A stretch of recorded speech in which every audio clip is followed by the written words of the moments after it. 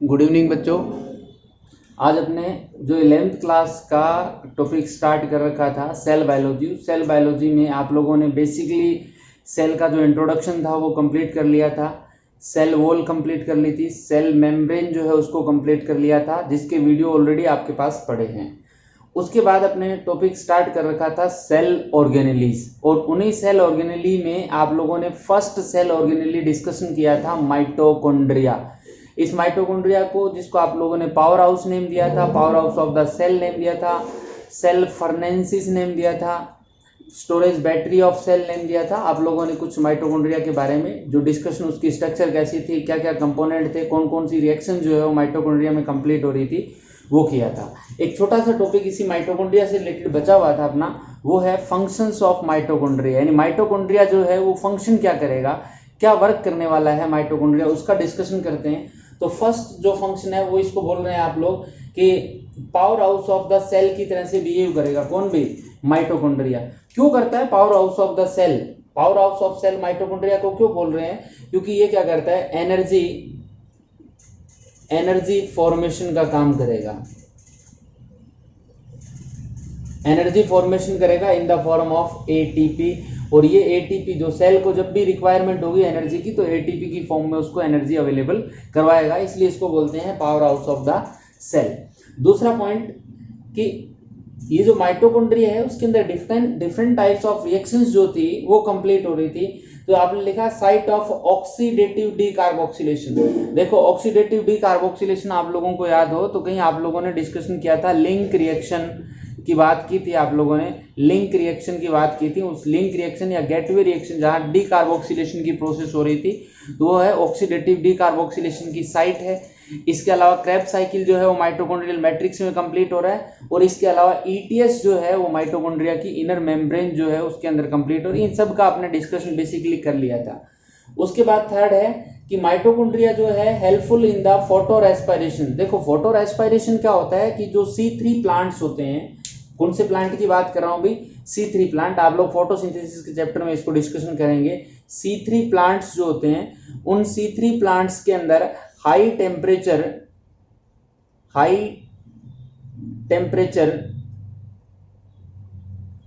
और high amount of O2 की presence में क्या होता है, या यूं मान सकते हैं कि लो CO2 जब होती है, ऐसी सिचुएशन में क्या होता है कि जो फूड होता है या जो आपका RUBP होता है, राइबोलोज बाइफॉस्फेट कार्बोहाइड्रेट है, इस कार्बोहाइड्रेट का ब्रेक डाउन हो जाता है, और इसके ब्रेक डाउन को, यानी कार्बोहाइड्रेट के ब्रेक डाउन को आप बोलते हैं रेस्पिरेशन। तो इसका रेस्पिरेशन हो रहा है यानी ब्रेक डाउन हो रहा है, बट ये हाई लाइट की वजह से हो रहा है, इस वजह से इसको बोलते हैं फोटो रेस्पिरेशन। और इस फोटो रेस्पिरेशन और नॉर्मल रेस्पिरेशन में थोड़ा सा डिफरेंस भी है कि इसमें किसी भी टाइप की एनर्जी डेवलपमेंट नहीं होती, तो इस प्रोसेस को बोलते हैं फोटो रेस्पिरेशन। अपने को यहाँ जस्ट इतना ही याद रखना है कि माइटोकॉन्ड्रिया जो है क्लोरोप्लास्ट, पेरोक्सिसोम के साथ मिलके फोटो रेस्पिरेशन में भी पार्टिसिपेट करता है। यानी ये किसके साथ फंक्शन करेगा? With chloroplast. अभी करने वाले हैं क्लोरोप्लास्ट, नेक्स्ट टॉपिक अपना यही है आज का। इसके अलावा पेरोक्सिसोम, इन दोनों सेल ऑर्गेनेली के साथ मिलके माइटोकॉन्ड्रिया फोटो रेस्पिरेशन में पार्टिसिपेट करता है। इसके अलावा ये क्या कर रहा है कि जो एग सेल्स होती है उनके अंदर यॉक फॉर्मेशन का काम भी कौन करेगा भाई? माइटोकॉन्ड्रिया। यॉक जो होती है, आप लोगों ने कहीं स्टडी कर रखा होगा कि जो येलोइश कलर का सब्सटेंस होता है यॉक के अंदर, जिसको जनरली जर्दी बोल देते हैं, तो उस यॉक की फॉर्मेशन में पार्टिसिपेट करेगा। इसके अलावा एनर्जी टू स्पर्म, यानी जो स्पर्म्स होते हैं उन स्पर्म की इस टाइप की बेसिक सी स्ट्रक्चर आप लोग स्पर्म की स्टडी करेंगे अपने नेक्स्ट जो भी अपना टॉपिक आएगा तब। तो उस स्पर्म के स्टेल वाले पार्ट के अंदर माइटोकॉन्ड्रिया की कवरिंग होती है, जिसको बोलते हैं माइटोकॉन्ड्रियल शीथ या निबेनकन बोलते हैं। और ये क्या करता है, इस स्पर्म को मोबिलिटी प्रोवाइड करने के लिए, एनर्जी देने का काम कौन करेगा? माइटोकॉन्ड्रिया करेगा। इसके अलावा साइटोप्लाज्मिक इनहेरिटेंस। देखो साइटोप्लाज्मिक इनहेरिटेंस का मतलब होता है transfer of characters from one generation to next generation, यानी one cell to next cell में कैरेक्टर्स को ट्रांसफर करने वाली जो ब्रांच ऑफ बायोलॉजी अपने स्टडी करेंगे, जेनेटिक्स की बात करेंगे, इनहेरिटेंस की बात करेंगे, तो ये कह रहा है कि जो माइटोकॉन्ड्रिया है वो साइटोप्लाज्मिक इनहेरिटेंस शो करता है, यानी साइटोप्लाज्म के जो कैरेक्टर्स है उनको पास आउट करने का काम करेगा। रीजन क्या है बेटा इसके पीछे? इसके पीछे का सबसे बड़ा रीजन है कि अपने को पता है कि माइटोकॉन्ड्रिया के अंदर क्या मिलता है, माइटोकॉन्ड्रियल डीएनए मिलता है, और अपने को पता है इनहेरिटेड मटेरियल जो है वो कौन सा है आपका, डीएनए है, इनहेरिटेबल मटेरियल है डीएनए, और ये क्या करता है, इंफॉर्मेशंस को one generation to next generation या one cell to next cell pass out करवाने का काम कर रहा है। तो जनरली जो जेनेटिक मटेरियल है वो होता है आपका डीएनए और न्यूक्लियस में प्रेजेंट होता है, बट साइटोप्लाज्म के कुछ कैरेक्टर्स को यदि पास आउट करना है तो वहां काम कौन करेगा, आपका माइटोकॉन्ड्रिया करेगा। तो इसलिए आप बोलते हैं कि साइटोप्लाज्मिक इनहेरिटेंस में पार्टिसिपेट करता है, माइटोकॉन्ड्रिया भी करता है, जो नेक्स्ट सेल ऑर्गेनेल क्लोरोप्लास्ट करेंगे वो भी साइटोप्लाज्मिक इनहेरिटेंस में पार्टिसिपेट करता है। तो एक बार इसका स्क्रीनशॉट लें और माइटोकॉन्ड्रिया जहां आप लोगों ने लिख रखा है उसके आगे इन टॉपिक्स को भी आप लोग उसके फंक्शंस के अकॉर्डिंग आप लोग इनको लिखें। नेक्स्ट टॉपिक अपने जो सेल ऑर्गेनेलीज है, सेकंड सेल ऑर्गेनेलीज जो डिस्कशन करने वाले हैं वो करने वाले हैं अपने प्लास्टिड की बात करने वाले हैं। देखो प्लास्टिड की बात करें तो सबसे पहले ये कह रहा है कि ये जो प्लास्टिड टर्मिनोलॉजी थी, टर्म प्लास्टिड जो थी वो देने वाला साइंटिस्ट था हेकल। कौन, किसने दी थी ये टर्म? हेकल ने प्लास्टिड टर्म दी थी। दूसरी बात कि ये प्लास्टिड जो है वो होते क्या है, तो आप ये कह सकते हैं कि these are double membrane bounded cell organelle, double membrane bounded cell organelles, जिनके अंदर आप लोगों को क्या मिलेगा, डीएनए जो है वो मिलेगा, और इन्हीं double membrane bounded cell organelles के अंदर आप लोगों को कोई ना कोई जो आपके क्या बोलते हैं पिगमेंट मॉलिक्यूल जो है, पिगमेंट जो है वो भी इनके अंदर अपने को मिलते हैं इन प्लास्टिड्स के अंदर, यानी डीएनए मिलेगा, पिगमेंट मिलेंगे, और आपकी बात करें कि ये double membrane bounded cell organelles की सीरीज में आ रहा है। तीसरा पॉइंट ये आता है कि इन प्लास्टिड्स को जनरली मिलते किसके अंदर है, प्रेजेंट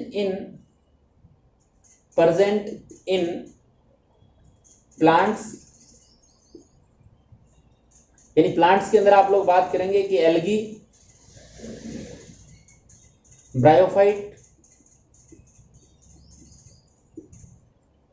टेरिडोफाइट्स,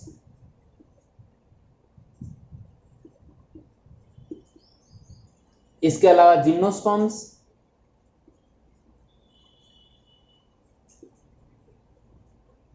और इसके अलावा बात करें आप एंजियोस्पर्म्स की, तो इन सब प्लांट्स के अंदर ये आपको प्लास्टिड मिलेंगे। इसके अलावा कुछ डायटम्स है, डायटम कुछ अलग प्रोटिस्ट है, इन सम प्रोटिस्ट, और प्रोटिस्ट में कौन कौन से बात कर रहे हैं अपने, एक तो डायटम्स की, इसके अलावा डायनोफ्लेजिलेट्स,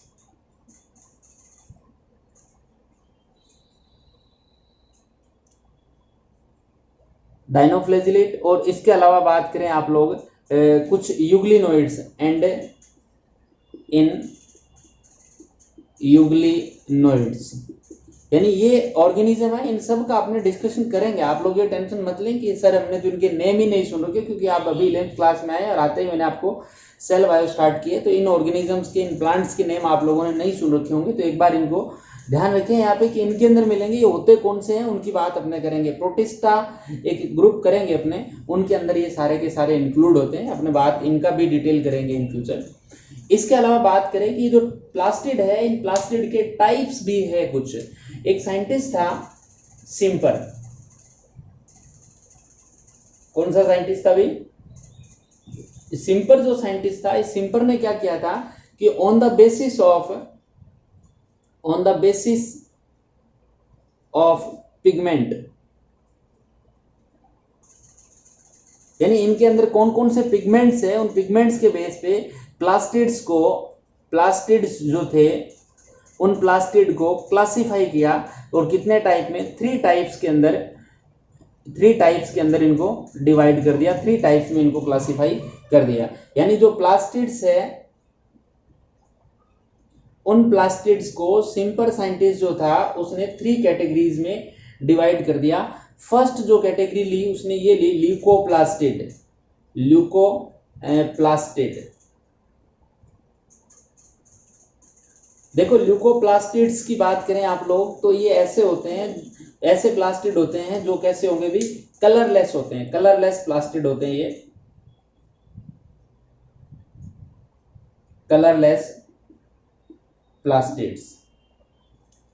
दूसरी जो कैटेगरी शिम्पर ने इन प्लास्टिड की डेवलप की वो थी आपके क्लोरोप्लास्टिड्स या क्लोरोप्लास्टिड्स या फिर क्लोरोप्लास्ट। और थर्ड कैटेगरी जो उसने शिम्पर ने बताई थी वो आपके थर्ड कैटेगरी थी, कौन सी भाई, थर्ड कैटेगरी उसने बताई थी क्रोमोप्लास्ट या क्रोमोप्लास्टिड, क्रोमोप्लास्टिड्स। यानी कुल मिला के जो शिम्पर साइंटिस्ट था उसने 3 कैटेगरी बना दी, ल्यूकोप्लास्टिड, क्लोरोप्लास्टिड्स एंड क्रोमोप्लास्टिड। देखो कलरलेस जो या पिगमेंटलेस जो प्लास्टिड थे, ल्यूकोप्लास्टिड जो थे, इन ल्यूकोप्लास्टिड का मेन फंक्शन जो है वो था storage of food, storage of food. इनका मेन फंक्शन क्या था भाई, स्टोरेज ऑफ फूड। और ये जो क्लोरोप्लास्टिड थे इनका मेन फंक्शन था फोटोसिंथेसिस या फूड फॉर्मेशन या फोटोसिंथेसिस। यानी इनका मेन फंक्शन हुआ फोटोसिंथेसिस या फूड फॉर्मेशन। और ये जो आपके जो क्रोमोप्लास्टिड थे ये कलर कंटेनिंग पिगमेंट थे, यानी आपके एक टाइप से ऐसे पिगमेंट थे जो कलर प्रोवाइड करने का काम कर रहे थे। तो कलर कंटेनिंग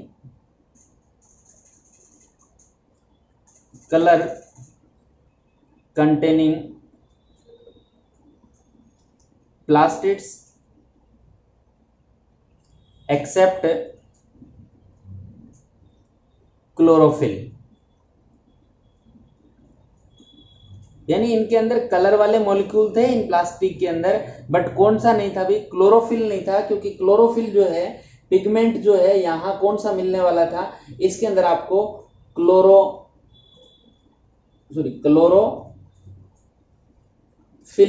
पिगमेंट जो है वो यहां मिल रहा था। इनके अंदर अदर पिगमेंट मिल रहे थे बट कौन सा नहीं मिल रहा था, क्लोरोफिल नहीं मिल रहा था। और इनके अंदर किसी भी टाइप का कोई पिगमेंट नहीं था। इनका मेन काम था स्टोरेज ऑफ फूड, इसका फूड फॉर्मेशन या फोटोसिंथेसिस।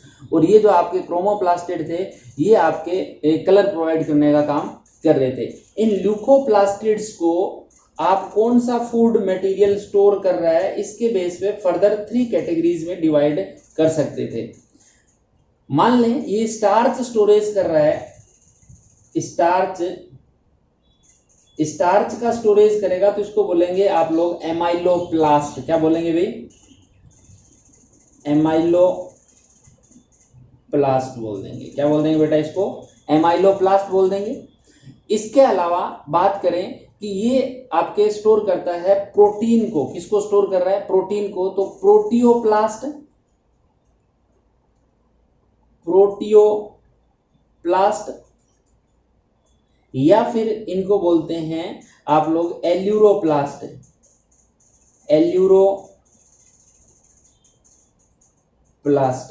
कब, जब ये प्रोटीन का स्टोरेज करे। किसका स्टोरेज करे भी, प्रोटीन का। और तीसरे नंबर पे आप यदि ये लिपिड का स्टोर करता है, ऑयल का स्टोर करता है, तो इसको बोलते हैं ओलियोप्लास्ट या फिर एलियोप्लास्ट या लिपोप्लास्ट और इलियोप्लास्ट। थोड़ा सा भी मिस्टेक हो गई है, इलियोप्लास्ट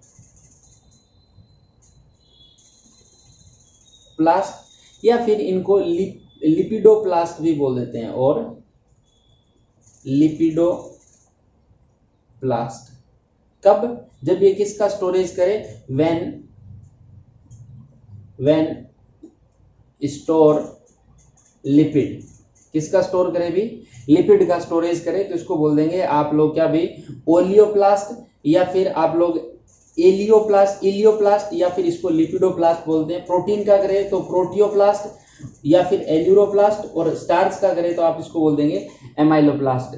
तो ये जो सिम्पर ने क्लासिफिकेशन किया था आपके पिगमेंट्स का, तो पिगमेंट का क्लासिफिकेशन इस टाइप से है। आप इसका स्क्रीनशॉट लें, आपको नहीं दिख रहा है तो मैं थोड़ा सा इसको कैमरे को साइड में करता हूं,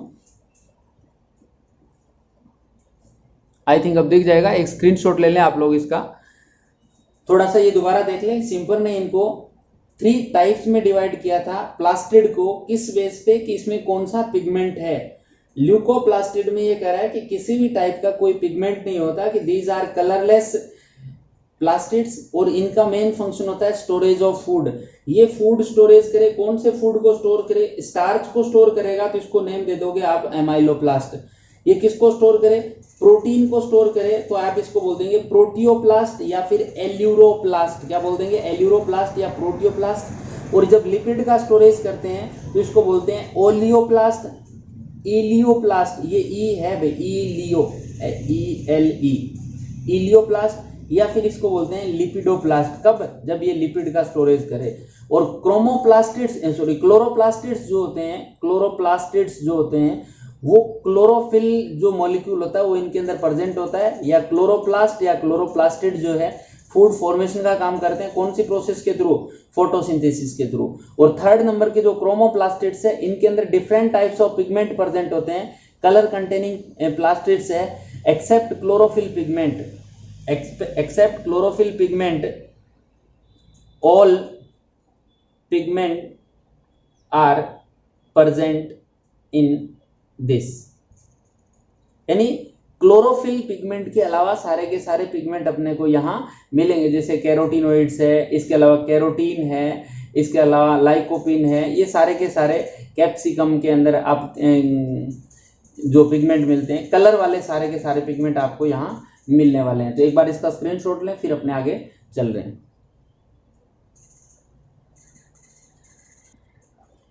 हाँ बेटा, अपने आज जो डिस्कशन कर रहे थे, प्लास्टिड का डिस्कशन कर रहे थे, उनमें से जो सेकंड नंबर का प्लास्टिड आप लोगों ने लिया था क्लोरोप्लास्टिड या क्लोरोप्लास्ट। इस क्लोरोप्लास्ट या क्लोरोप्लास्टिड का जो है डिस्कशन अपने इसके अंदर करने वाले हैं आगे के पार्ट में। देखो, क्लोरोप्लास्ट जो है उसको किचन ऑफ सेल भी बोलते हैं। क्या बोलते हैं भाई, किचन ऑफ सेल बोल रहे हैं, क्योंकि फूड फॉर्मेशन की प्रोसेस जो है वो कौन कर रहा है, आपका क्लोरोप्लास्ट कर रहा है। इसको ग्रीन प्लास्टिड भी आप लोग बोलते हैं, क्योंकि इसके अंदर आप लोगों को कौन से पिगमेंट मिलने वाले हैं, क्लोरोफिल पिगमेंट्स मिलते हैं। जनरली ज्यादा अमाउंट में क्लोरोफिल मिलते हैं, बट पार्शियली आपको कैरोटीन्स और जेंथोफिल्स भी इसके अंदर आपको मिलेंगे। तो इन क्लोरोप्लास्ट का डिस्कशन आज कर रहे हैं अपने। कि सबसे पहले तो क्लोरोप्लास्ट क्या है, ये आपके greenish pigment plastids, greenish plastid है, जिनके अंदर आप लोगों को हैविंग क्लोरोफिल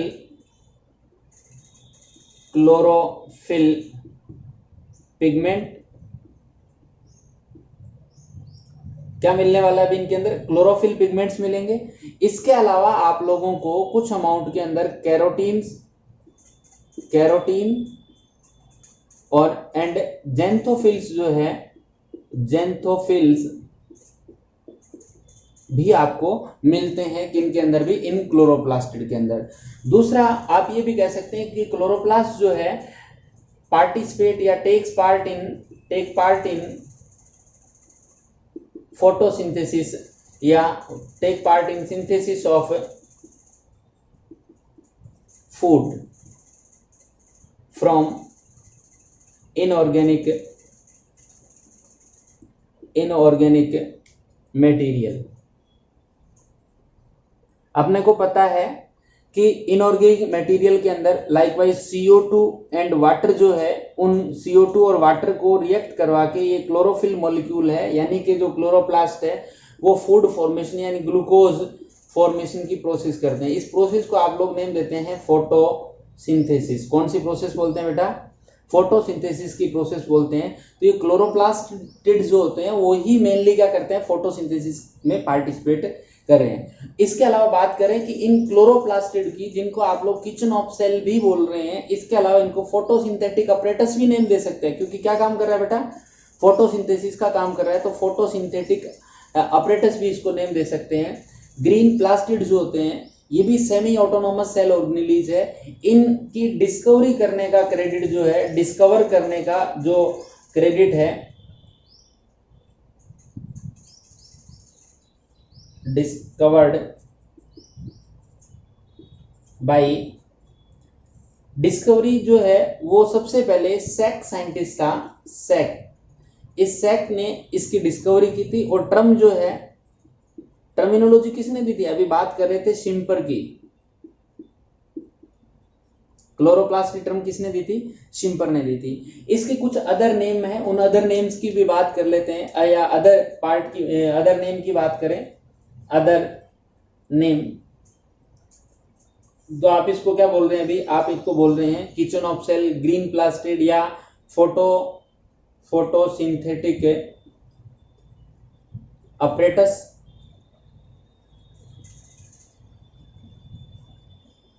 इसके अलावा बात करें, इस क्लोरोप्लास्ट को आप सेमी ऑटोनोमस सेल ऑर्गेनेली भी नेम दे रहे हैं। क्यों नेम दे रहे हैं, अपने को पता है कि इस क्लोरोप्लास्ट के अंदर आप लोगों को डीएनए, आरएनए एंड राइबोसोम जो है ये मिलते हैं। डीएनए, आरएनए और राइबोसोम मिलते हैं, इसी वजह से इसको सेमी ऑटोनोमस सेल ऑर्गेनेली बोलेंगे, क्योंकि ये क्या करता है, इसमें खुद की प्रोटीन सिंथेसिस मशीनरी प्रेजेंट होती है। डीएनए, आरएनए और राइबोसोम जो है इनको प्रोटीन सिंथेसिस मशीनरी बोलते हैं, और ये क्या करते हैं, खुद का जो प्रोटीन फॉर्मेशन है वो कर सकते हैं, इसलिए इनको बोलते हैं सेमी ऑटोनोमस सेल ऑर्गेनेली। खास बात ये है कि ये अपने जो सेल है, प्लांट सेल जो है, प्लांट में मिलेगा, एनिमल में मिलता नहीं। इन प्लांट सेल्स के अंदर लार्जेस्ट सेल ऑर्गेनेली है भाई। एनिमल्स में कौन था भाई, एनिमल्स के अंदर माइटोकॉन्ड्रिया था, और प्लांट्स के अंदर लार्जेस्ट सेल ऑर्गेनेली जो है वो कौन सा है, आपका क्लोरोप्लास्ट है। तो कुल मिला के बात करें क्लोरोप्लास्ट की, कि क्लोरोप्लास्ट है क्या, इसके अदर नेम क्या है, और किस टाइप का सेल ऑर्गेनेलीज है। और ये आप लोगों ने कहीं लिखा होगा कि double membrane bounded cell organelles है। कैसा है भैया, डबल मेम्ब्रेन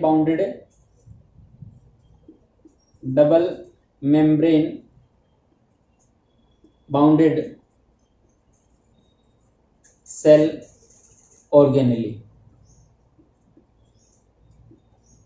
तो इनका एक बार स्क्रीनशॉट लें, फिर अपने आगे चलते हैं कि क्लोरोप्लास्ट की शेप और साइज जो है वो किस टाइप का होता है, उसका डिस्कशन करेंगे। एक बार स्क्रीनशॉट लें इसका। हाँ बेटा, अपने बात करते हैं क्लोरोप्लास्ट की शेप कैसी होगी और उसका साइज जो है वो क्या होगा। जनरली बात करते हैं शेप की, तो क्लोरोप्लास्ट जो है वो डिफरेंट शेप जो है वो अपने को शो कर रहा है। सबसे पहले अपने बात करते हैं कि एक एल्गी है जिसका नेम है स्पाइरोगायरा। इस स्पाइरोगायरा एल्गी के अंदर अपने को ये जो क्लोरोप्लास्ट है वो किस शेप में मिलेगा, वो स्पाइरल शेप के अंदर मिलने वाला है, स्पाइरल शेप में मिलेगा, या इसको बोल देते हैं रिबन शेप। इसके अलावा कुछ दूसरी एल्गी जो है एक जिसका नेम है यूलोथ्रिक्स। इस यूलोथ्रिक्स एल्गी के अंदर अपने को ये जो क्लोरोप्लास्ट मिलने वाला है वो मिलेगा आपको गर्डल शेप का, या इसको बोल सकते हैं आप कॉलर शेप में। एक एल्गी है अपनी जिग्नेमा।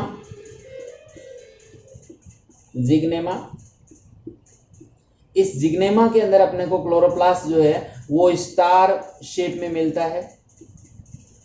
इसके अलावा एक एल्गी है क्लेमाइडोमोनास, इंपॉर्टेंट है भाई ये ध्यान रखें, क्लेमाइडोमोनास। इस क्लेमाइडोमोनास के अंदर ये अपने को मिलता है कप शेप। ये इंपॉर्टेंट है, पूछा जाता है एग्जाम के अंदर, मैं स्टार लगा रहा हूं, एग्जाम के अंदर पूछे गए हुए क्वेश्चन है कि कौन सी शेप का क्लोरोप्लास्ट मिलता है अपने को क्लेमाइडोमोनास के अंदर। एक एल्गी है अपने पास उडोगोनियम। ओडोगोनियम। इस ओडोगोनियम के अंदर जो अपने को क्लोरोप्लास्ट मिलेगा वो मिलेगा रेटिकुलेट। ये भी पूछा गया है, रेटिकुलेट।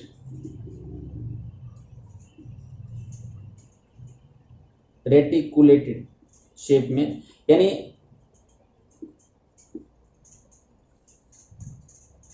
इसके अलावा 6 नंबर पे अपने बात लेते हैं कि जो हायर प्लांट्स है, हायर प्लांट्स, इन हायर प्लांट्स के अंदर अपने को जो क्लोरोप्लास्ट मिलता है वो डिस्कोइड शेप में मिलता है, या फिर आप बोल सकते हैं स्फेरिकल सिलेंड्रिकल जो शेप है, इस शेप के अंदर अपने को मिल रहा है। फिर बात करते हैं कि इन क्लोरोप्लास्ट की नंबर कितनी होगी, नंबर की भी बात कर लेते हैं। साइज रह गया अभी, तो साइज की बात करें तो क्लोरोप्लास्ट की लेंथ जो है वो 5 to 10 μm के अप्रोक्स है, और जो विड्थ है वो ये शो करता है 2 to 4 μm। ध्यान रखें भी, ये इसकी लेंथ विड्थ है। ये जनरली नहीं पूछेगा आप लोगों को शेप के अंदर भी जनरली स्पाइरोगायरा की, हायर प्लांट्स की, क्लेमाइडोमोनास की, और या फिर ओडोगोनियम जो है उनकी आपसे पूछ सकता है शेप के अंदर। फिर बात करते हैं क्लोरोप्लास्ट की नंबर कितनी होगी, number of chloroplast in cells. तो सेल्स के अंदर नंबर की बात करें तो जनरली क्या होता है कि 1 in ईच सेल, और किसके अंदर, ये जनरली आपको क्लेमाइडोमोनास एल्गी के अंदर एंड यूलोथ्रिक्स के अंदर आपको 1 मिलेगा। इसके अलावा जिग्नेमा जो है, जिग्नेमा भी एल्गी है, जिग्नेमा, इस जिग्नेमा के अंदर आपको 2 मिलेंगे। इसके अलावा स्पाइरोगायरा जो है, स्पाइरोगायरा जो एल्गी है जिसके अंदर आपने कहा स्पाइरल शेप या रिबन शेप का जो क्लोरोप्लास्ट है, उसके अंदर 1 to 16 पर सेल होते हैं, यानी 1 से लेकर 16 पर सेल आपको मिल सकते हैं क्लोरोप्लास्ट। इसके अलावा एंजियोस्पर्म प्लांट्स जो होते हैं, एंजियोस्पर्म या हायर प्लांट्स की बात करें तो इन हायर प्लांट्स, या फिर आप बात लिख देते हैं एंजियोस्पर्म प्लांट्स,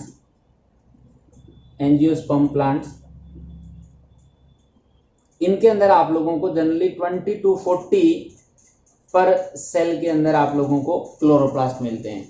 अब अपना जो नेक्स्ट टॉपिक रहेगा वो रहेगा क्लोरोप्लास्ट की स्ट्रक्चर, जो अपने करेंगे नेक्स्ट वीडियो के अंदर डिस्कशन करेंगे। क्लोरोप्लास्ट कंप्लीट हो जाएगा नेक्स्ट वीडियो में, तो आप इसका स्क्रीनशॉट लें और अपनी कॉपी में लिखें। Thank you.